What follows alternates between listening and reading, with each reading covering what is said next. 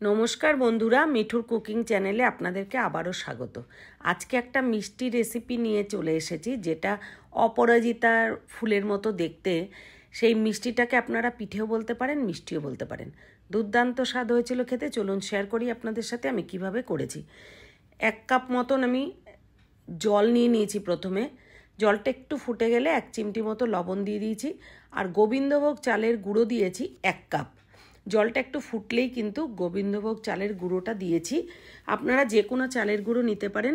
গোবিন্দভোগ চালের গুঁড়োটা দিলে কী হয়, একটা সেন্ট আসে আলাদা, দুর্দান্ত হয় খেতে।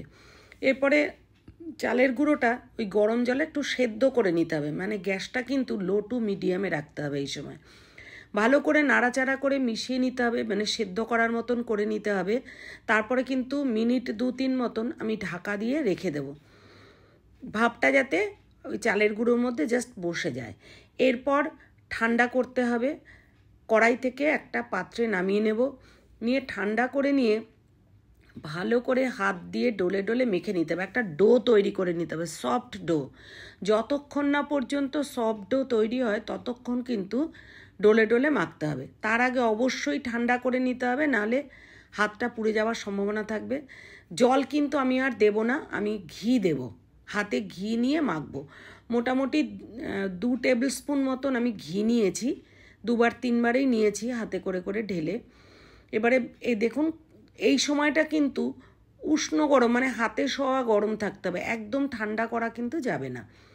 ঠিক এইভাবে ভালো করে ডলে ডলে মাখতে মাখতে প্রথমে দেখুন মনে হচ্ছিল যে কেমন ড্রাই, কিন্তু ওইটাই যখন আপনি ডলে ডলে মাখতে থাকবেন তখন দেখবেন একটা খুব সুন্দর ডো তৈরি হচ্ছে। মানে এক সময় হাতেও লেগে যাবে একটু, বাট একটু ঘি নিয়ে হাতে ঘি মাখিয়ে ভালো করে মেখে নিতে হবে। সুন্দর একটা ডো তৈরি করে নিতে হবে। এরপর এই ডোটার থেকে লেচি কেটে পার্ট করে নেব। তো একটা পার্ট নিয়ে লম্বা, প্রথমে হাতে পাকিয়ে লম্বা মতন করে নিতে হবে।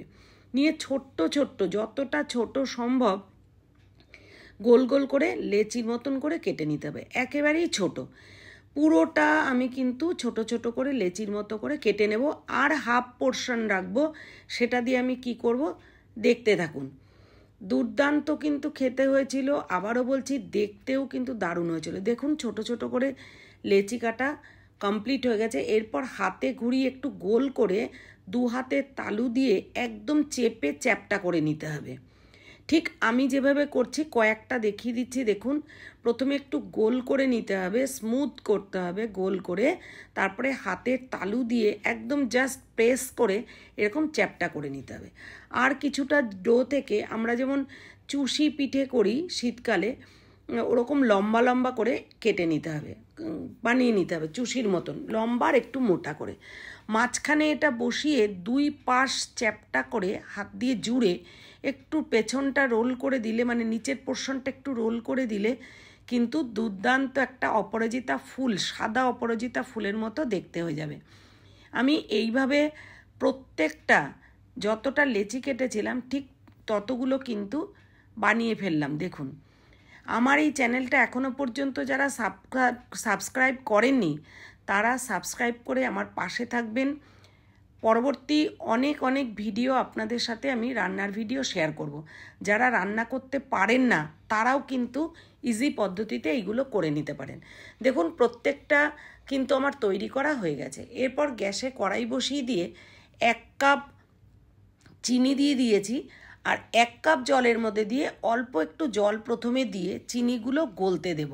পুরো জলটা কিন্তু প্রথমে আমি দিইনি। চিনিগুলো যখন গলে যাবে এর মধ্যে দিয়ে দেব জাফরান, মানে কেসার ধাগা, কালারটা ভালো হয় আর স্মেলটাও ভালো আসে। আর দিয়ে দেব এলাচের দানা, আমি বড় এলাচের দানাগুলোকে ডাস্ট করে রেখেছিলাম। তারপরে এগুলো মিশিয়ে দিয়ে বাকি যে জলটা 1 কাপের মধ্যে বাকি যে জলটা সেটাও দিয়ে দেব। দিয়ে একটা চটচটে জাস্ট পাতলা শিরা তৈরি করতে হবে চিনির, একটু চটচটে হবে, কোনো একতার দুতার না। দেখুন কালারটা কিন্তু দারুণ এসেছে। এরপর একটা ফ্রাইং প্যান বসিয়ে দিয়েছি, তাতে রিফাইন্ড অয়েল আর অল্প করে ঘি দিয়েছি যাতে ঘিয়ের ফ্লেভারটা আসে। তো একটু একটু জাস্ট হিট হবে তেলটা, তারপরে কিন্তু একে একে আমি এই মিষ্টি বা পিঠে যাই বলেন না কেন, এটা আমি অপরাজিতা ওগুলো ছেড়ে দেবো তেলের মধ্যে দিয়ে। প্রথমে একটু ফ্রাইং প্যানটা নেড়ে নেব যাতে লেগে না যায়, তারপরে কিন্তু একে একে উল্টে পাল্টে লাল লাল করে ভাজতে হবে। যতটা লাল করে ভাজবেন ততটা কিন্তু টেস্ট হবে। প্রথম স্টেপটায় আমি খুব লাল করে ভাজতে পারিনি, একটা অপরাজিতা ফুল ফট করে ফেটে আমার হাতে পড়েছিল। তো একটু সাবধান থাকবেন, এই কারণে এটা বলা। সেকেন্ড ব্যাচটা দেখবেন আমি একটু লাল করেই ভেজেছি। তো প্রত্যেকটা যখন লাল লাল করে, বেশি লাল করে ভাজবেন না, খেতে কিন্তু ক্রিস্পি হবে, ভেতর থেকে একটু জুসি আর উপর থেকে কিন্তু ক্রিস্পি হবে, যেহেতু একটা চালের গুঁড়ো দিয়ে বানানো। তো দেখুন এটা কিন্তু একটু লাল লাল করে ভেজেছি। এইভাবে সব ভেজে আমি ওই কড়াইতে যে শিরাটা তৈরি করেছিলাম চিনির, সেই সিরাপ বা শিরা যাই বলেন না কেন, তার মধ্যে একটু ফুটিয়ে নিয়েছি। নিয়ে ভালো করে ফুটিয়ে নিলে কিন্তু পুরো শিরাটাকে অ্যাবজর্ব করে নেবে। দিয়ে তারপরে ঠান্ডা করতে দেব, একটা বোলে ট্রান্সফার করে ঠান্ডা করতে দেব। যতক্ষণ না ঠান্ডা না হয় ততক্ষণ কিন্তু রেখে দিতে হবে। ঠান্ডা করে খেলে দুর্দান্ত লাগবে। আপনারা এইভাবে বানিয়ে খেয়ে দেখবেন, দারুণ লাগবে। আর যারা সাবস্ক্রাইব করেছেন তাদেরকে অনেক ধন্যবাদ। যারা করেননি পাশে থাকবেন সাবস্ক্রাইব করে।